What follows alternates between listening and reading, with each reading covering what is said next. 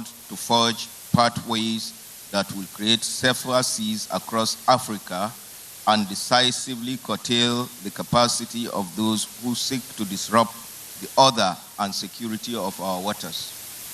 In this collaborative endeavor, let us commit to the responsible and ethical use of technology, ensuring it serves as a beacon of hope rather than a tool for exploitation.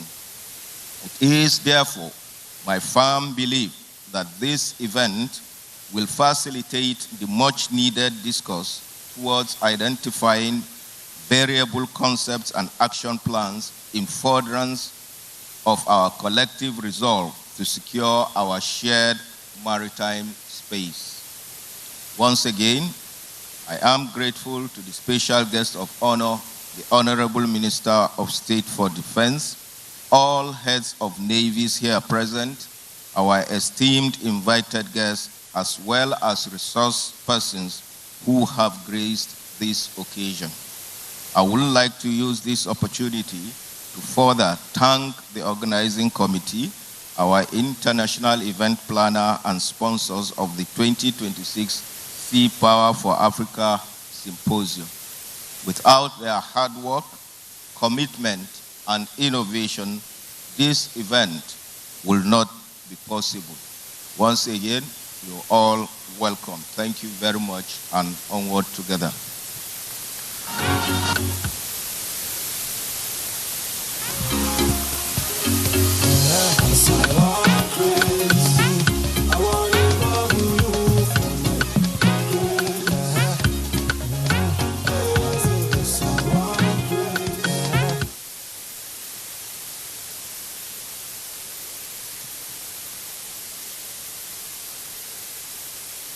May we give the chief host, the chief of the naval staff, Nigeria, Vice Admiral Idi Abbas, Admiralty Medal, a resounding round of applause, please.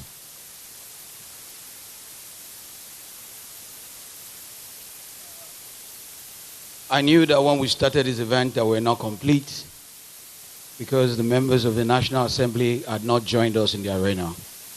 May I at this juncture announce that the supervising the chairman Senate Committee on the Nigerian Navy, distinguished Senator Otumba Gbenga Daniel, just joined us, and the chairman House Committee on the Nigerian Navy, Honorable Yusuf Gatti, has also joined us in the arena. It's always a pleasure to have you in the House, particularly when an important discourse that would affect technology, how technology is deepened in the Nigerian Navy, for Nigerian Navy, and for our operations. It's always good to have people that are prepared fronts join us for the conversation. Without wasting any more time, I think it's time to listen to our special guest of honor, the Honorable Minister of State for Defense, Dr. Bello Matawale, member of the Order of the Niger, to come forward and give his keynote address. And it's on this note that I most respectfully invite on stage the special guest of honor to make his address. The special guest of honor, sir.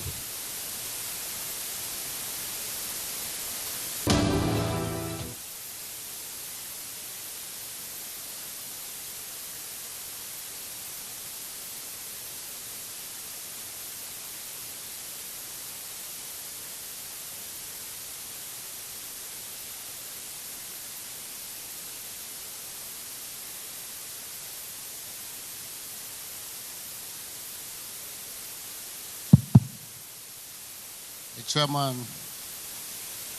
Senate Committee on Navy, His Excellency Otumba Gbenga Daniel, former Governor of Ogun State. The Chairman, House Committee on Navy, Right Honorable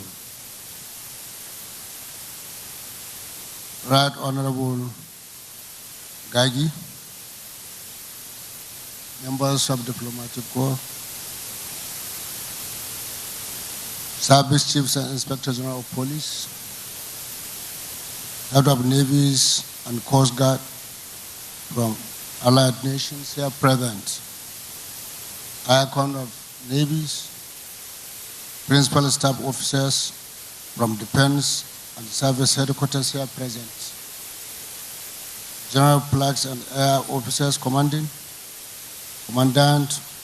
of services institutions here present, commanders, commanding officers of military establishment, captain of industries, and friends of the Navy, officers and men of Nigerian Navy, as well as allied nations here present, distinguished invited guests, members of the press, ladies and gentlemen. I'm honored to stand here before you today at the 6th Sea Power for African Symposium and Maritime Exhibition. First and foremost, I extend my heartfelt congratulations to the Chief of Naval Staff and dedicated personnel of Nigerian Navy on their impressive 70th anniversary. This significant milestone reflects the Navy's unwavering commitment to safeguard the territorial integrity of our nation within the maritime domain and beyond. As we gather for this pivotal occasion, I would like to warmly welcome all delegates, head of navies, and international maritime experts who have joined us. The presence of such distinguished individuals, both from Nigeria and beyond, highlight the collaboration spirit and shared dedication to addressing the diverse security challenge facing Africa's maritime landscape. Today, all gathered, we are poised to explore innovative solutions and forge partnership that will enhance our collective security. Once again, I extend our warm welcome to everyone to this memorial event. Ladies and gentlemen, navies are an indispensable aspect of the global economy as they underpin the security, stability, and freedom of movement essential for maritime trade, which constitute approximately 90% of all world trade by volume. By safeguarding critical sea lines of communication and preventing disruptions to trade, naval forces serve as steadfast guardians of international commerce and economic stability. In light of this immense responsibility, the BR navies are continually evolving and repositioning themselves to address the complexity of an ever-changing security landscape in our shared maritime domain. The transnational and interconnected nature of maritime threat present formidable challenge which often transcends the capacity of individuals, nations, or navies to address independently. It is therefore imperative to recognize the significance of collaboration initiative amongst African navies and beyond. We are fostering resilience partnership aimed at enhancing collective capability, which can forge a credible maritime defense framework that ensure the security of the higher level goals of the Africa Integrated Maritime Strategy 2050, such as preventing hostile and criminal acts of sea into actual naval objectives. This strategic alignment not only promise to fortify our defense, but also underscore the philosophical understanding that true maritime security is a shared responsibility demanding concerted effort and a unified resolve. It is on this note that the 2026 Sea Power of African Symposium with the theme Leveraging Technology for Enhanced Maritime Security in Africa is considered timely. This symposium is organized to provide an enabling platform for stakeholders to discuss and passion out best way to employ current and emerging advanced technology to maximize existing collaboration, maritime security architecture towards combating maritime crime in Africa. Indeed, the same act, as it encapsulates some of the major objectives of the United Nations Sustainable Development Goal 14, the Vision of Africa's Integrated Maritime Strategy 2050, and the key target of Africa's Agenda 2063. The sixth version of the symposium convened at a decisive strategic inflection point of the continent as the blue economy moved to the forefront of Africa's developmental agenda. Our maritime forces must evolve from tradition, coastal defense, to active facilitators of economic security. This forum serves as a catalyst for integrating cutting-edge technology, including unmanned system, AI-driven surveillance, and the enhanced data sharing network into our operational architecture. The objective of this establish a secure, transparent, and projective maritime environment that serve as foundation for collective regional prosperity. To this end, the Nigerian government remains unwavering in its commitment to the modernization of the Nigerian Navy. We recognize that operational success depends on domestic readiness and regional synergy. Consequently, we will continue to prioritize the support the Nigerian Navy's collaborative framework. It is believed that this support is crucial to ensuring that Nigeria remains a dependable partner in enforcement of good order to sea across the Gulf of Guinea and beyond. I wish to commend the Chief of Naval Staff, Vice Admiral Idi Abbas, along with all heads of navies present for their diligent effort in addressing threats in African waters, fostering a safe and secure environment essential for economic prosperity to all stakeholders gathered here. I encourage you to leverage this forum as a catalyst for enhancing international cooperation on maritime security. Together, let us strive to build a secure, prosperous, and sustainable maritime future that benefits our people and generations to come. I invite you to embrace the wider economic opportunities in Nigeria while also immersing yourself in our driving cuisines and the rich cultural heritage. With that, I have the distinct honor to declare the 2026 Sea Power African Symposium officially open.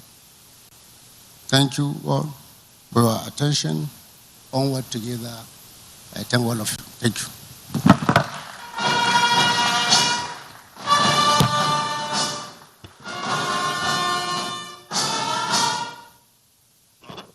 Thank you so very much. Our special guest of honor for the opening for the 6th Sea Power for African Symposium, the Honorable Minister of State for Defense.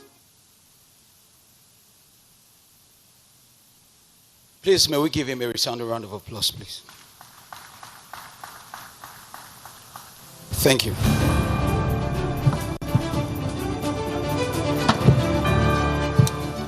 Without any further ado, we shall now proceed to the highlight of this year's Sea Power for Africa Symposium, beginning with the first strategy session, sub-themed Innovative Surveillance Technologies for Improved Maritime Domain Awareness. We are honored to have with us distinguished speakers from academia, the maritime industry, and across government circles, who will share their insights and experiences on various aspects of maritime security, proffering solutions towards improved maritime domain awareness for enhanced naval operations.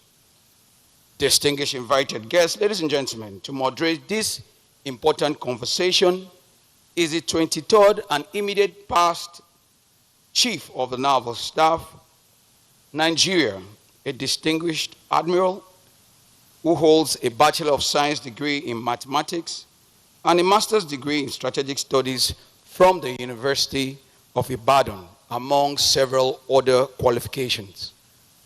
Distinguished invited guests, ladies and gentlemen, please join me in warmly welcoming our moderator, Vice Admiral Emmanuel Ikechukwu Ogala, retired. Please can we give him a round of applause?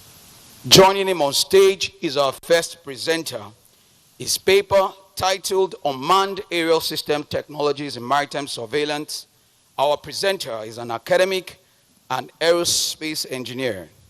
He currently serves as the Deputy Commandant of the Air Force Institute of Technology and holds both a master's and doctoral degree in aerospace engineering from the Cranfield University in the United Kingdom.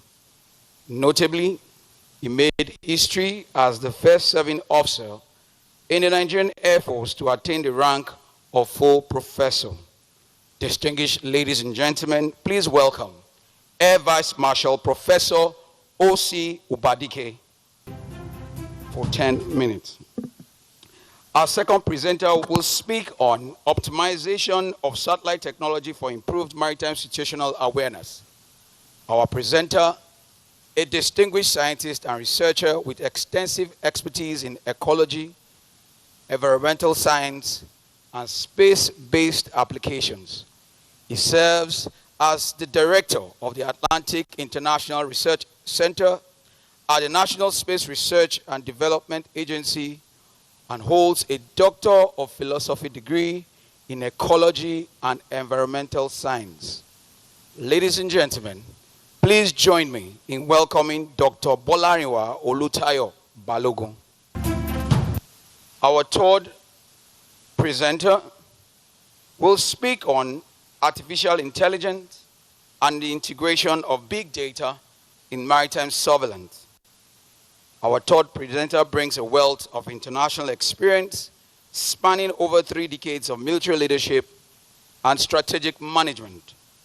A retired United States Naval flag officer, he served with distinction for 33 years and has continued to contribute significantly to maritime and organizational leadership globally. Our esteemed presenter holds a Master of Business Administration degree from Franklin University and is also a certified Six Sigma Black Belt. Ladies and gentlemen, please welcome Rear Admiral Patrick Scott Aiden. All our presenters, as well as the moderator for this first event, I would like to draw the attention of our presenters and the moderator to the screen just ahead of you.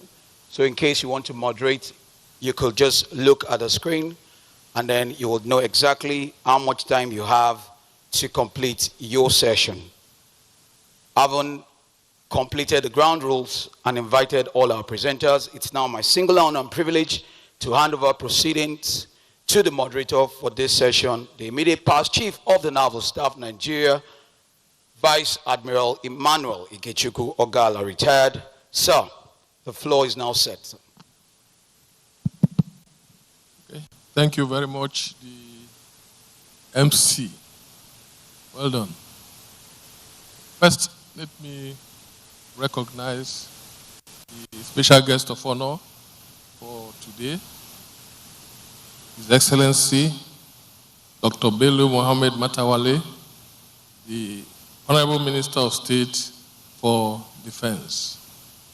I also recognize the Chief of Naval Staff, Vice Admiral Idi Abbas, my good friend and colleague.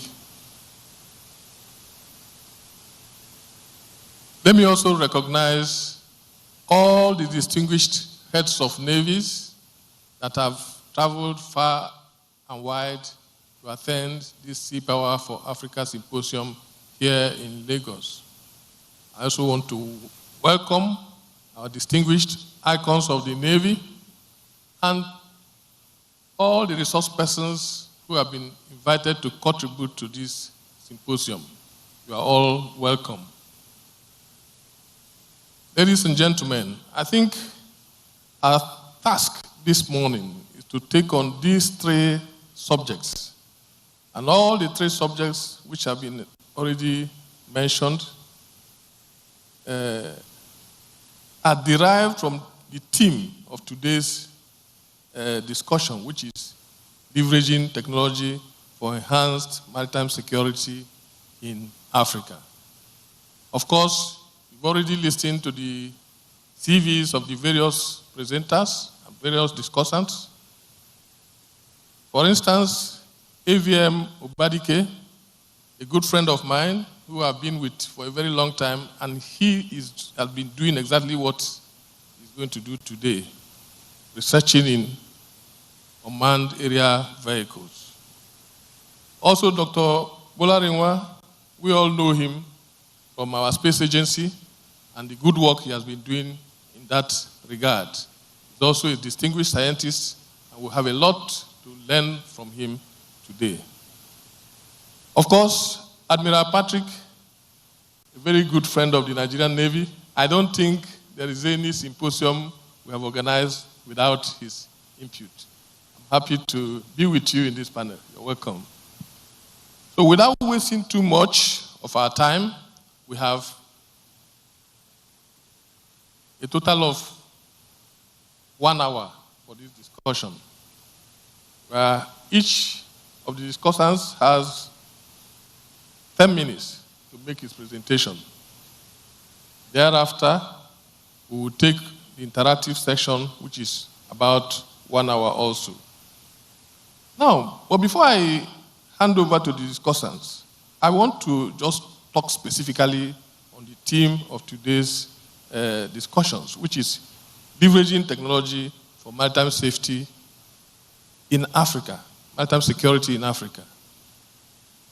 And with this theme, there is one question I always agitate my mind. How has Africa been coping in terms of following advancements in technology? And that's why I believe that the theme for today is very, very, very apt. If you look at advancements in technology, including the three topics we are discussing today, we will think that it is something of the 21st century. But technology has always been evolving. For instance, when you talk about unmanned area vehicles, I can say that everything you utilize for air warfare that is not manned by a human being can be considered as unmanned area vehicle. And if you look at this history, it dates back to use of missiles, drones, which are things that we cannot say it just started now. But how have we been coping? These are the main issues. Also, the second topic, which is about optimizing satellite technology. Of course, we know that right from the time of the Navstar satellite systems, which were used for our navigation and other forms of satellite technology, the world has moved very far. How has Africa been coping with these trends? Now, in the modern time, we are talking about artificial intelligence and big data with all the benefits that arise from it. Of course, we all know that artificial intelligence gives the capacity for predictive learning. That means that we'll be able to even predict how our operations will go. And this area is fast changing and fast evolving. How has Africa been involved in this fast change? Are we just there as consumers, or we are part of the overall innovation? These are the questions that I think we'll be able to get answers from the discussants. So without wasting time, I will start from my left and go right there to my extreme right, starting from AVM Obadike. The floor is yours.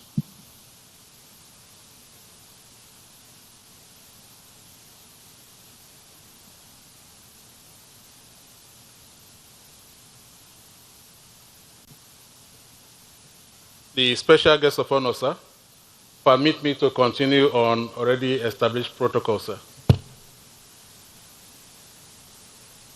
This morning, we'll be discussing the topic. Can we have the slide, please?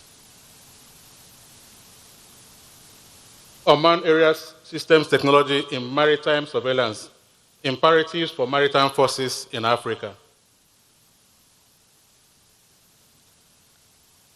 Navies are known by the number and the type of ships they have, but equally more important is the ability to see, understand, and respond across maritime domain. Our maritime spaces are economically vital and strategically significant. So maritime domain awareness has become important for us to understand activities and events around the maritime space.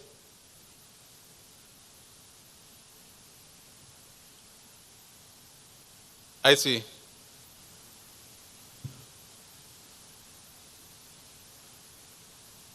So, despite the strategic importance of our waters, African navies face significant surveillance challenges.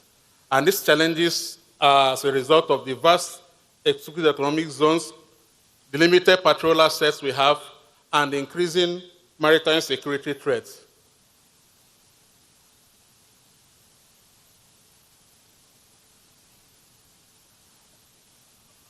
Okay, I think somebody can be changing that from the slide there. Let's just, since this is not working, just continue, please. Next. So, these current realities is driving the adoption of new surveillance technology that will ensure persistence and cost-effective maritime awareness. Next.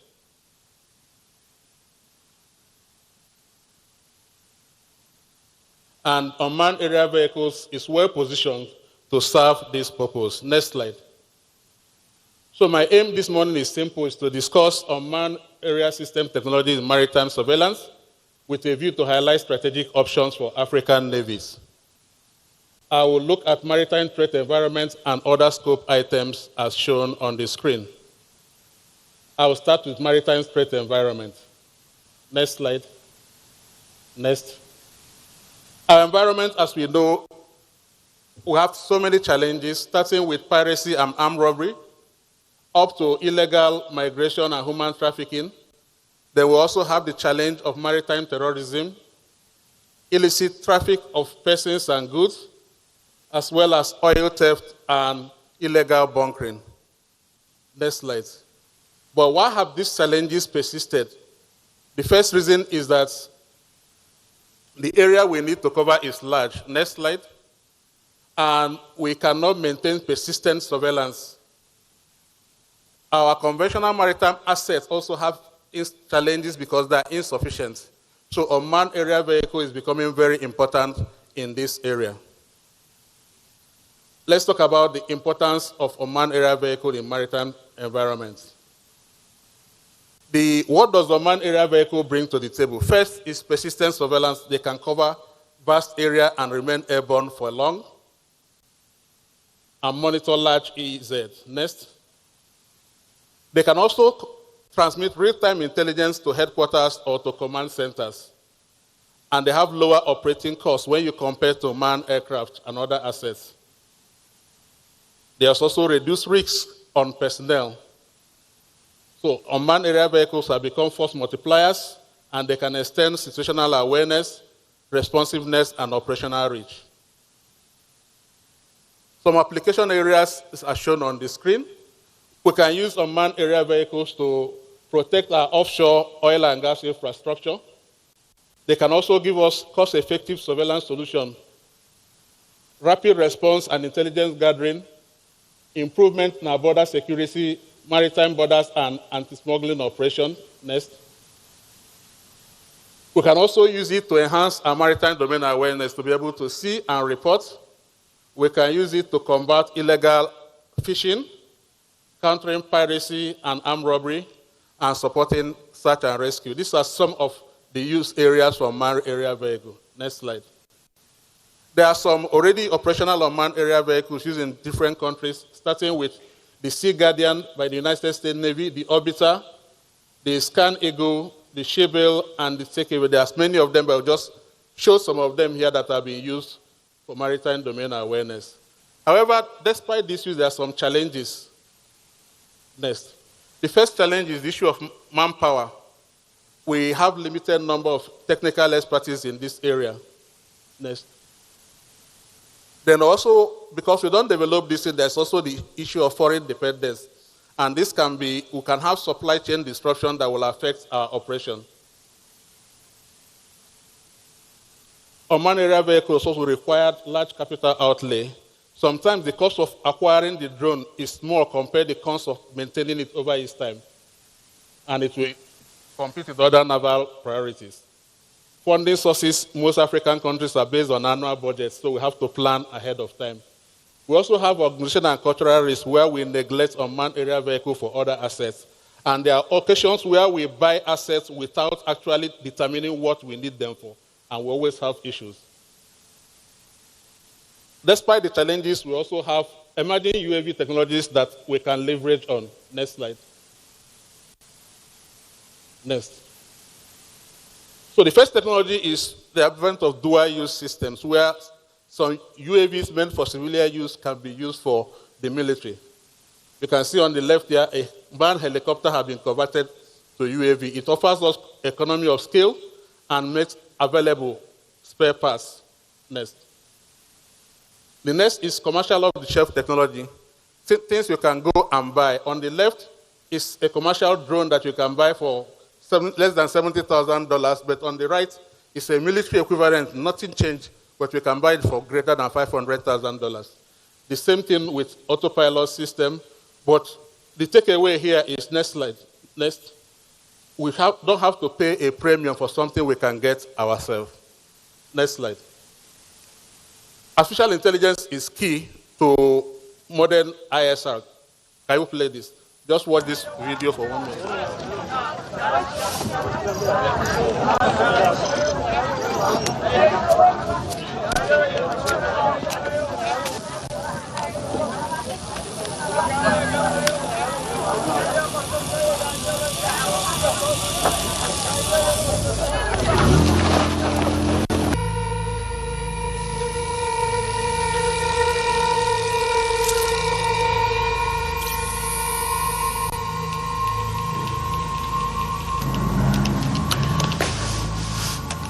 Get Ringo around the other side to identify the woman.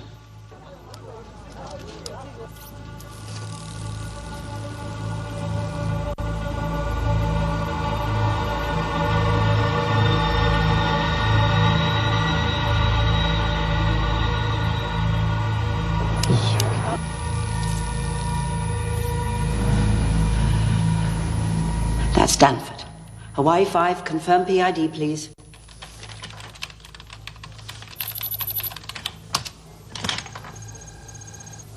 PID, Susan Hill and Danford.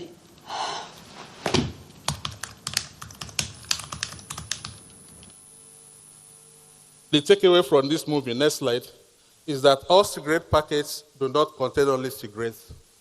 All insects are not only insects. The Big Brother is watching you. All thanks to artificial intelligence and militarization.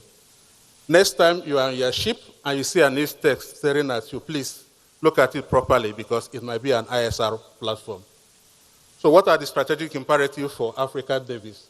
We need to invest in cost-effective, affordable systems. We don't have to go for the big bang. Commercial off-the-shelf drone can do the work. We need to prioritize human capacity development by training. We need to know what we need before we purchase. Next. We need to establish dedicated UAV maintenance and operation units. Avoid neglecting UAV in favor of familiar platforms. We need to develop capacity for artificial intelligence and machine learning. We also need to enhance our research and development initiative to support the UAVs we have acquired. We need to enhance public-private partnership and encourage surveillance as a service. We need to adopt hybrid architecture where we use the UAV to search and then our ship can interject. There's also a need to collaborate at the regional level because collaboration is important. We need to make effort towards self-reliance and develop clear UAV map, timelines, capabilities, and milestones. Next, we need to promote commercial off-the-shelf reverse engineering and we need to galvanize our academia, industry, and the hobby community. My final thoughts, sir. First, UAV for maritime surveillance is no longer the exclusive preserve of advanced navies. Security threats within our maritime domain will not wait for us to catch up. Adopting and adapting UAV technology is no longer optional. It's a strategic imperative. So by pushing low-cost systems and commercial off-the-shelf systems, African navies can leapfrog. UAV is the new compass of naval warfare, the periscope of 21st century fleet, the radar of tomorrow's battle space, and the silent guardian of the coast. So for African naval forces, we need to master it, integrate it, and wield it with vision. But let's remember, if we want to walk fast, we walk alone. But if we want to walk far, we walk together. So for African naval forces, let's walk together or work together. Thank you very much.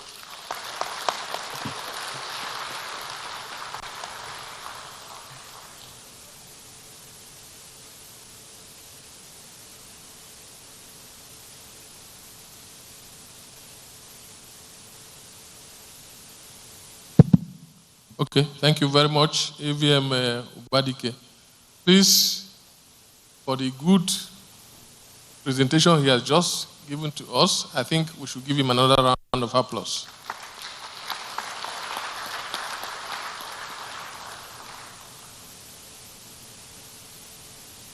I think now we'll go to the next subject of discussion today, which is to be handled by Dr. Balogun Bolarinwa on the topic optimization of satellite technology for improved maritime situational awareness. Doctor, the floor is yours.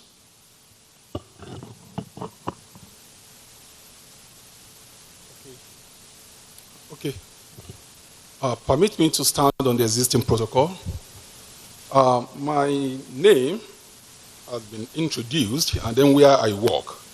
I'm with the Nigerian Space Agency called National Space Research and Development Agency, and I oversee the activities of the Atlantic International Research Center. The Atlantic International Research Center deals with all countries within the Atlantic Basin, and the objective is to look into the healthy development of the resource for development of blue economy, and then of course for safety and security of the nations that are within that basin. My presentation has this rundown. So we'll be looking at the conceptual underpinning of MSA. We'll be looking at the definition and scope, and then, we'll also look at the contributions of the Atlantic International Research to satellite technology optimization. In that regard, we'll be looking at internal wave service, and then sea-state monitoring applications, and then we'll look at the imperativeness of national, institutional, and then intergovernment collaborations.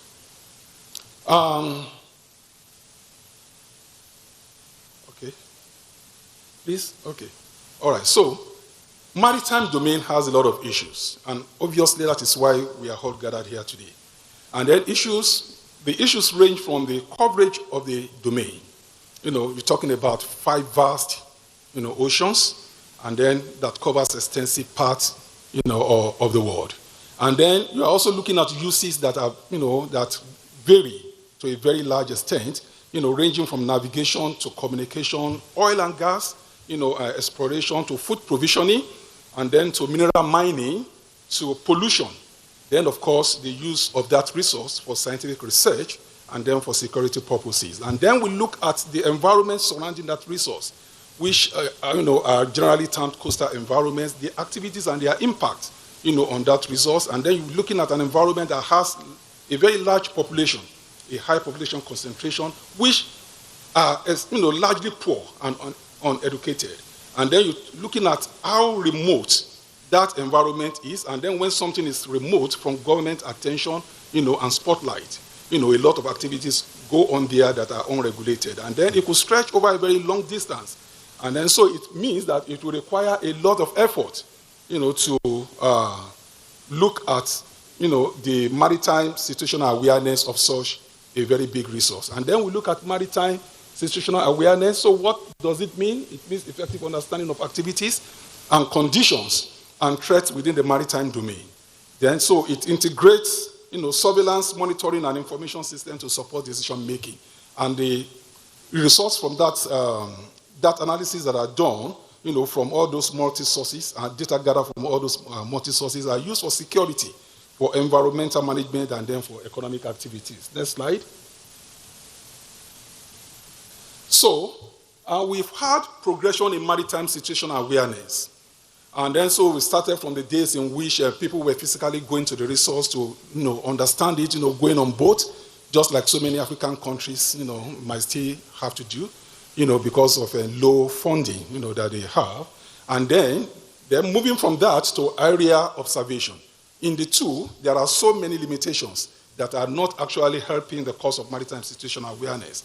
And then from that, we progress into optical, into space-based observation. And then starting with optical satellites, most African countries still operate at that level. And then that comes, with a lot of challenges too, even though it gives a continuous monitoring, capability beyond the first two, the in situ and the area observation. And then from that, we move to synthetic aperture radar, to where you can, overcome the challenges of optical sensors. Optical sensors can only give you information about activities on that domain or within that domain during the day. But then you are having capabilities now that can work all night, that can work all day and in all weather. And then again, moving from that again, to automatic identification system, to RF geolocation, that is radio frequency geolocation, and VIRS. And then again, so there are so many issues that are there, even though capabilities are being developed every day, to meet with the dynamic nature of that domain. But challenges persist. And the challenges that persist, are counted in terms of the amount of data, that are received, downloaded, the size of a satellite image, very heavy. And then the latency that is also involved in downloading them, to the ground receiving station, working on them and then sending the resource back. Even the downlink, aspect of it can be a very huge challenge. And then we have AI's manipulation, even despite AI's, in spite of AI's that is there, it can be manipulated, it can be switched off, by rogue vessel operators. And then even for the sophisticated actors, can even disable transponders. And then they can spoof their GPS position so that they might not be discovered. And then we are having long revisit time too, between satellite passes, that can make it very long before, detection is made and then actions can be taken. And so, and then we're having a subsurface, domain that remains largely, unmonitored, because even the microwave sensors that we have penetrates only to a very, few centimeters. And so there's a need also to have on the surface, unmanned vehicles. So please, next slide. And then so we have optimization of space-based observation. Optimization then becomes very necessary. And then when we talk about optimization, what do we mean? So we refer to a systematic enhancement of satellite capability. And when you are thinking about that, you are not thinking about just one. You are looking at sensors capability. How do you enhance sensors capability? How do you enhance orbiter, observation? How do you enhance data processing architecture?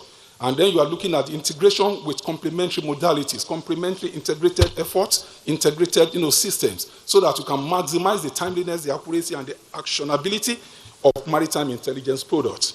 And in doing that, what is currently being used is artificial intelligence and machine learning, detection system, which gives results, and then, gives results that are higher than 95%, in accuracy.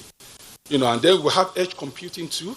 People have graduated beyond, that into edge computing. Edge computing, doing it over there, by onboard systems, satellite systems, and then just bringing down in that form that you need it. And so latency is reduced.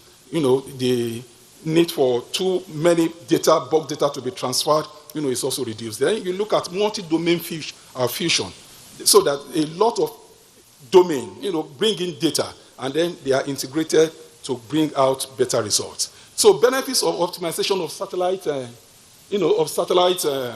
optimization of satellite technology for MSA, we have faster detection, we have dark vessel capability, So they can recognize that vessels. They give persistent coverage, and then AI enhanced analytics gives accuracy that is over 95%. This enables, IUU fishing interdiction and trafficking prevention. Next slide. So I come to the effort at the Atlantic International Research Center, which is on internal wave service.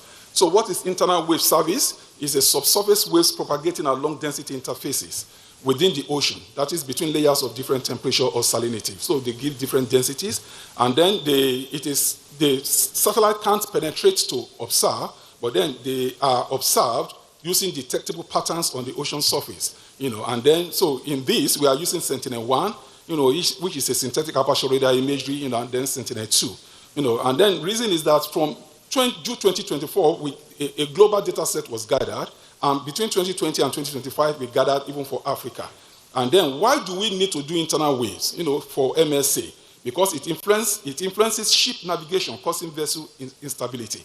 It impacts on submarine operations, and then it can even affect offshore infrastructure, pipeline, haul risk, communication cables, etc. And then if you look that's on the left, that is internal waves, observation detection of internal waves, within the shorelines of West Africa, and then of course into the sea. Please, I won't be able to do so much, explanation on this because of the time constraint. So if there's, need for questions, I'll be glad to handle them at that point. So to the next one. So if you see this is the current internal wave service map, which shows known places that were attributed to occurrence, of internal waves. But then recently, like I said, we began to have them even within the shores of, West Africa, and then along that the African coast too, So this is becoming, problematic. And so next slide. Then, so why are we doing sensor optimization for ocean internal wave detection? Because we have a lot of negative detections. We have a lot of inconclusive detections. So, and then Sentinel-1C band is susceptible to high wind. And so for us to be able to have something that is reliable, and then to be able to use for policy and then for regulation, we need to optimize so that we can have something that is reliable. And then so we are developing a model. We are training the model with the collected data, and then the model is going to help us to classify them into negatives or positives. And then this has been able to produce results with over 95% accuracy. And then again, so please, next slide, we have the sea state application development. So we are looking at the condition of the sea state along the 8 littoral states of Nigeria. And we are looking at the significant height, we are looking at wave period, sea water velocity, temperature, salinity, and sea surface. This is very useful, for vessels that ply, on our coastal waters. Please, I wouldn't also be able to go too much into that. So in conclusion, we have, so our strategic outlook and vision is that we move from data to actionable intelligence. And then in this, we need to know that satellite optimization transforms maritime surveillance from reactive to proactive function using automated intelligence. Then emphasis must be on systems integration, not sensor improvement alone.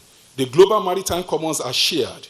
The waters that we have been talking about, they are shared resources. So their security must also be a shared responsibility. So we need to, so this will be done by developing committed collaboration across navies, which is being done. I heard the Chief of Naval Staff mentioning that yesterday.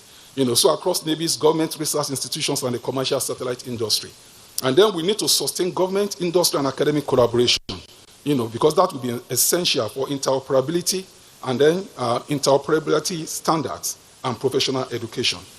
So the last slide, please.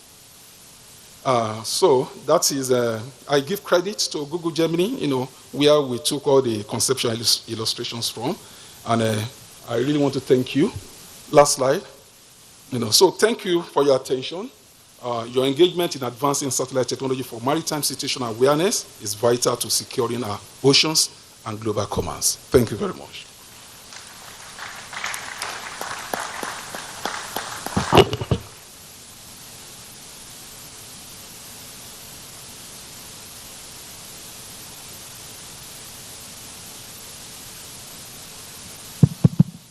Okay, thank you very much, Dr.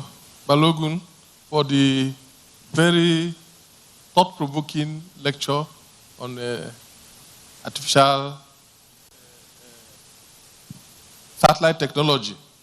Like I always say, these technologies, they will keep on evolving.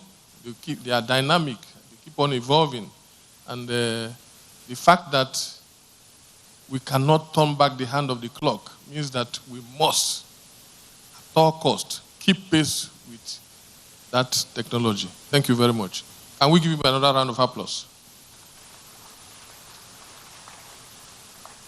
Now, the third lecture today, or discussion today, is artificial intelligence and integration of big data in maritime surveillance. I think this is one area that looks like it's very, very modern. So I think we have to listen very carefully to Admiral Patrick on this particular lecture. Admiral, the floor is yours.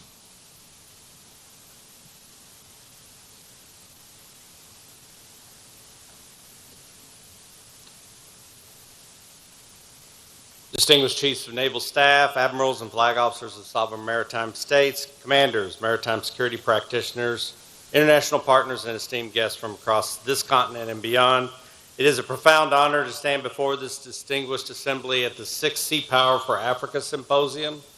I was at the 5th Sea Power for Africa Symposium in uniform, so thank you for having me back.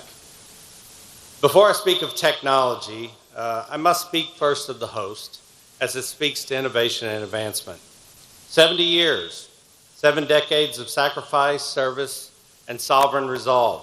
The Nigerian Navy, established in 1956 and forged through the crucible of national trials, has grown from a modest coastal patrol force into what the Global Firepower Index recognized in February of 2026 as the strongest naval fleet on the African continent. That is not a footnote, that is a testimony to institutional discipline, to generational commitment, and to strategic vision, sustained across 10 presidential administrations, through civil war, through economic headwinds, and through the full spectrum of maritime threat evolution. The Nigerian Navy's contribution to Gulf of Guinea security has been nothing short of transformational.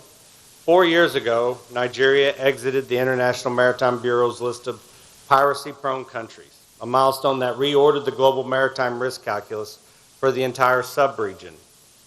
Through Cutlass Express, through the Yaoundé architecture, through bilateral and multilateral naval engagements, the Nigerian Navy has been the organizing spine of regional maritime security in West and Central Africa. The Gulf of Guinea, the economic lifeline to 16 Western African countries, is measurably safer because of the Nigerian Navy's commitment. And now in this milestone year, Nigeria is not resting on that legacy. It's accelerating it. This week, at this anniversary celebration, the Gulf of Guinea Combined Maritime Task Force was launched. This is a landmark moment for our collective maritime sovereignty. Conceived by Nigerian President Bolo Tinubu at the African Union Assembly in Addis Ababa in February of 2025, and operationalized with firm commitments from Cote d'Ivoire, the Gambia, Ghana, Liberia, and Sierra Leone, the CMTF represents the most significant multinational maritime security development this region has seen in a generation. It is a ready-to-deploy rapid force capable of coordinated operations against piracy, armed robbery, trafficking, IUU fishing, and maritime terrorism across the Gulf of Guinea. And Nigeria will host its headquarters in Lagos. To the Nigerian Navy, and to the government and people of the Federal Republic of Nigeria, on behalf of the maritime states gathered in this hall, we say thank you.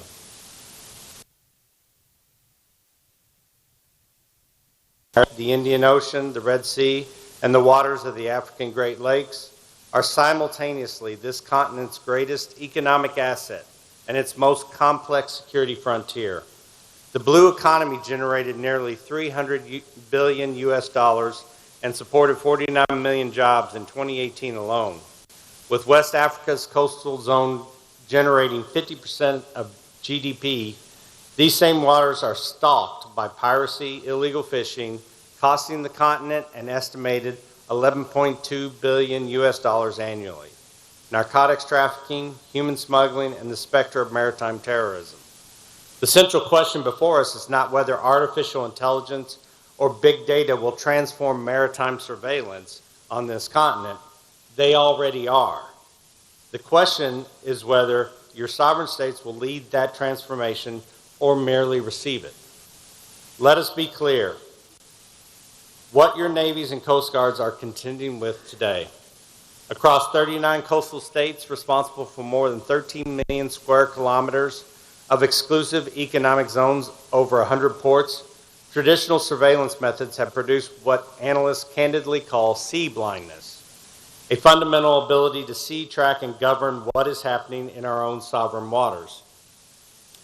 But there is a second crisis compounding it, one that deserves its own name: wealth blindness. The maritime domain of your sovereign coastal states is not a security burden. It is a treasury.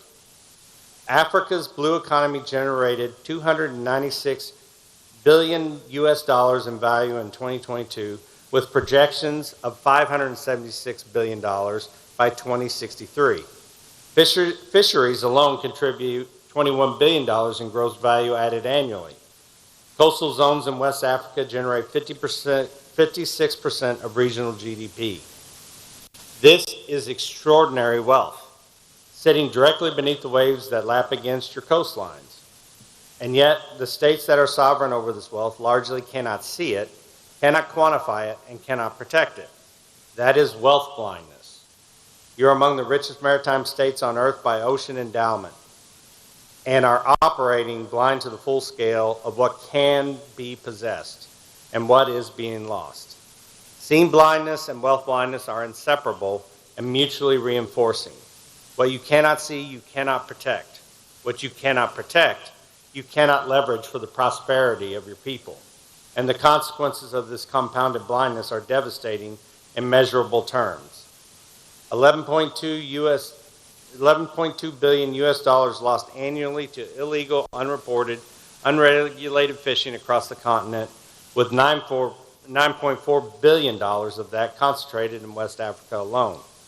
40% of the world's illegal trawlers operate in West Africa's waters.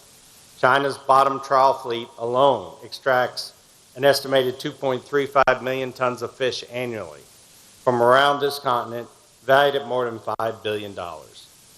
Fish catches in Ghana collapsed 59% between 1993 and 2019. In Cote d'Ivoire, overall catch plummeted over the same period. These are not abstractions. These are the stolen livelihoods of 7 million people in West Africa who depend on fishing for food and income. This is the cost of blindness. And the adversaries exploiting that blindness are not waiting. So let me say this plainly.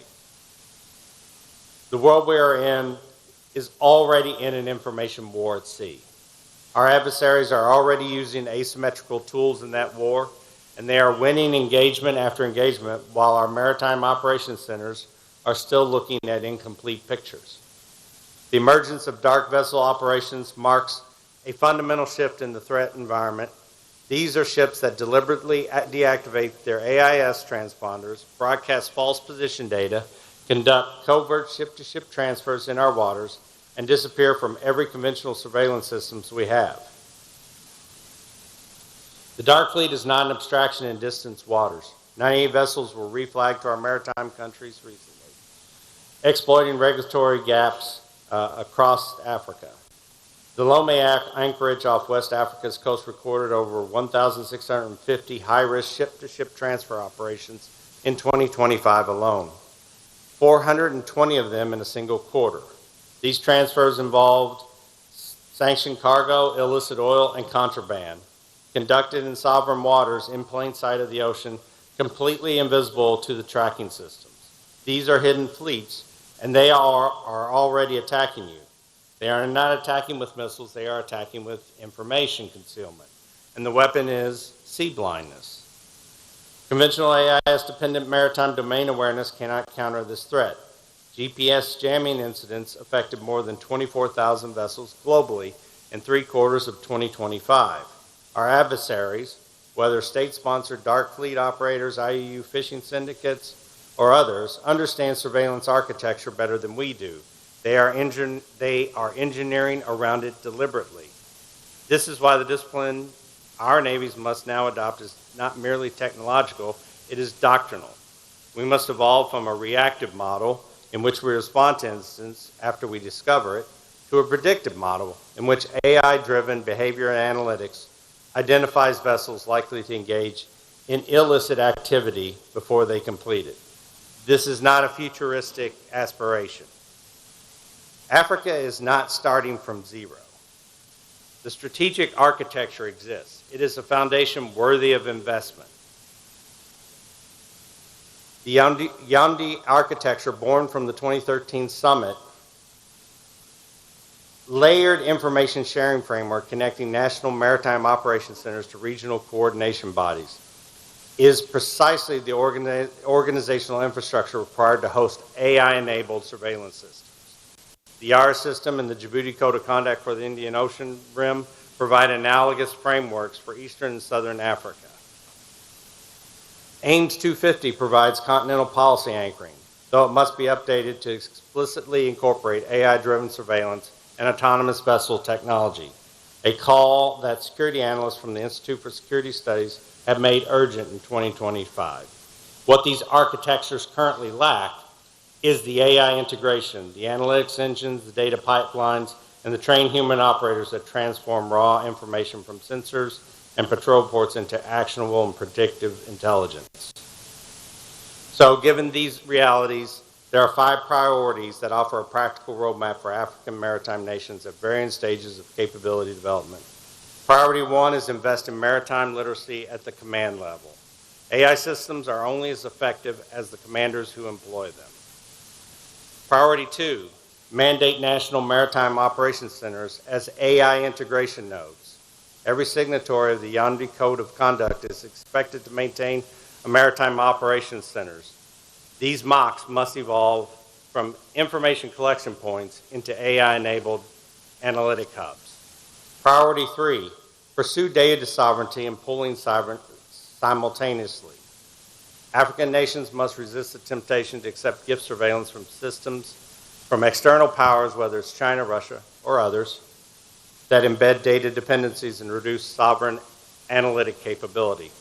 Priority 4, deploy AI for IUU fishing interdiction as an entry point. For many African navies, the most immediate and economically significant application of maritime AI is combating IUU fishing. Priority 5, develop a continental AI governance framework before it is too late. This is the most urgent and most neglected priority. Today, 0 African nations have a unified legal framework to regulate autonomous maritime systems.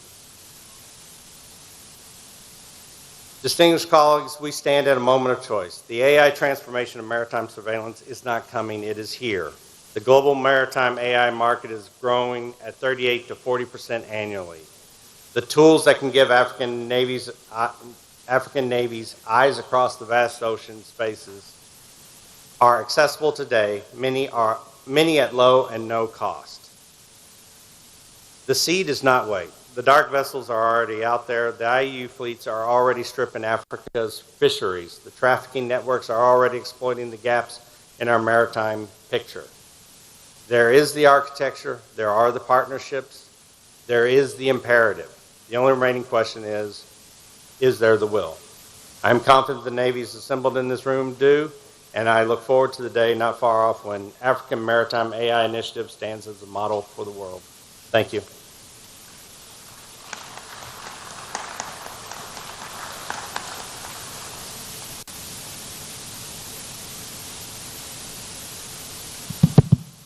Okay, thank you very much, Admiral. I think this lecture is one of the most expectant for me, and I believe for many of us, because when you listen to artificial intelligence, data, and all this, you know that these are the modern things we need to transform our maritime operations and to become much, not only cost-effective, but improve on our accuracy in our maritime operations. And the Admiral has just done a very good work in this respect. So please, can we give him another round of applause?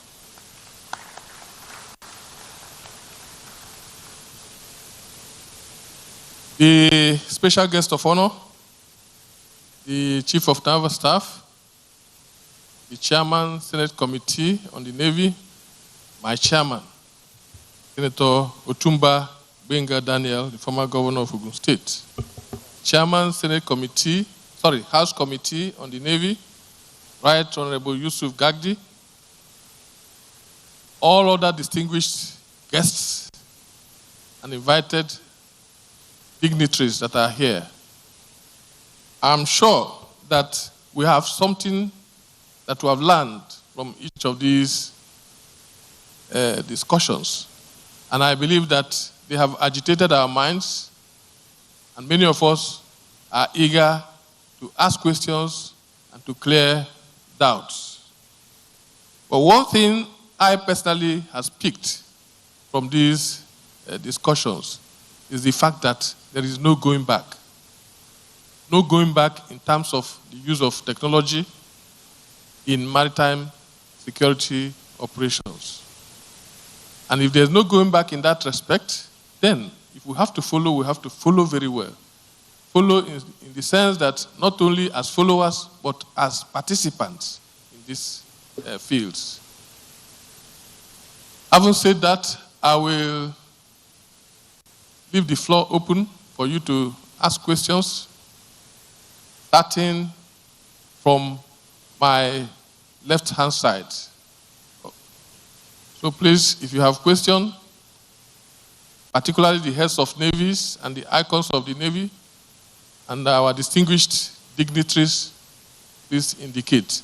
I've already seen my chairman has raised up his hand. Sir, you have the floor, sir.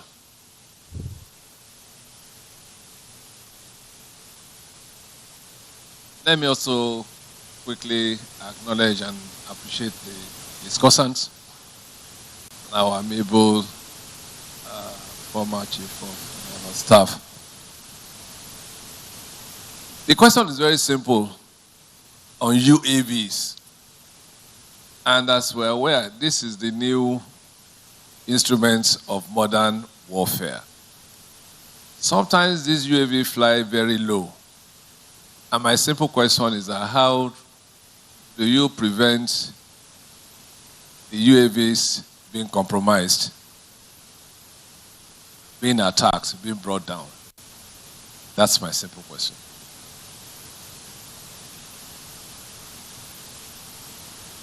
Thank you for that question, sir. I think we'll take all the questions, then we'll address all of them thereafter. But please, Evia Mubadike, note that this question is for you. Thank you.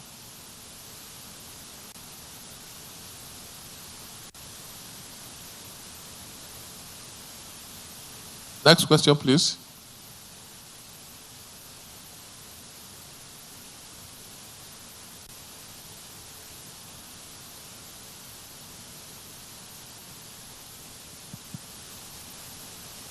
Okay, I've seen you. Please, the floor is yours. No, give him the mic. Give him the mic.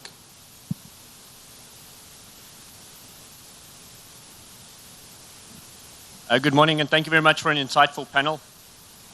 My question goes to Air Vice Marshal Obadike. So you mentioned collaboration, and especially with UAV technologies moving forward. How do you see that collaboration, firstly, within Nigeria with the different arms of services having different requirements? And how do you set a single UAV platform that can meet all those requirements? And then expanding that, secondly, to a region, be it West Africa, the whole African continent. And then a little tag on at the end with regards to surveillance as a service. Where some companies do provide that, what is the feeling about having foreign nationals operating a UAV on a national asset, be it a Nigerian Navy vessel?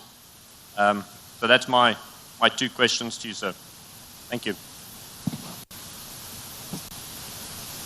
Thank you very much. I think this question is still for AVM Obadike, but if there's any member of the team that wants to elaborate on the answers, you are free to do that.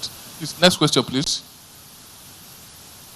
Okay, please, go ahead. The floor is yours.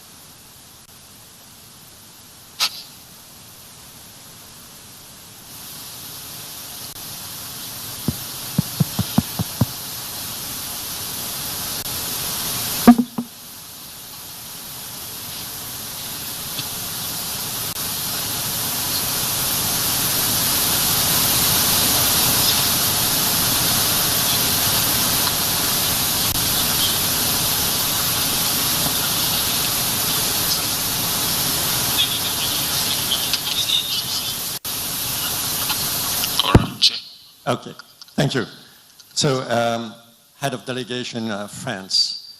A very interesting brief on the internal waves. So, my question is on the internal waves. When do you envisage some application, operational application of what you are experiencing in terms of internal waves? How do you intend to deliver some tactical decision aids or whatever you might imagine to help people take care or avoid internal waves? Thank you. Thank you. This question, I think it goes to you, Dr. Balogun. It's about internal waves. So, any other question, please? Yes, our chairman also, Right Honorable Gagdi. Please give him the mic.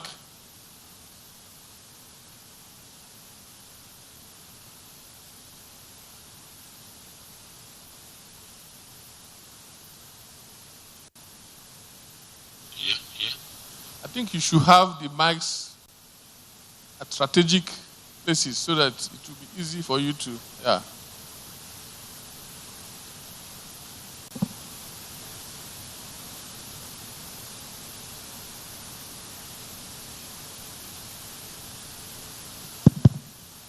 Thank you, the moderator. I stand on already established protocol.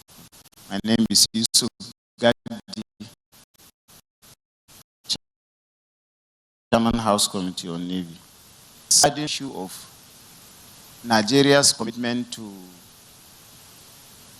competing with other international communities regarding to maritime technology or advancing our technologies. In a situation whereby you acquire a platform, and some of these countries, you get those platforms from them, suffocate you from, giving you the recent and modern technologies in terms of navigation equipment in a particular platform. How do you intend to address this? Because I've seen situation in conducting oversight functions where you see some of those platforms, when you acquire them, they don't give you the current navigation equipment technologies as well as information that you will be able to compute some of those maritime related activities. What instigates me to ask this question is having heard from someone that asked about allowing maybe international persons to operate a platform. How do you equally address the issue of international developed countries giving you platform without giving you the technology that will address the maritime security issues? Thank you. Okay, thank you very much.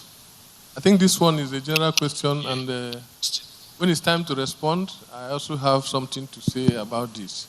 But among the discussants, if you have suggestions on how to address the issues he has raised,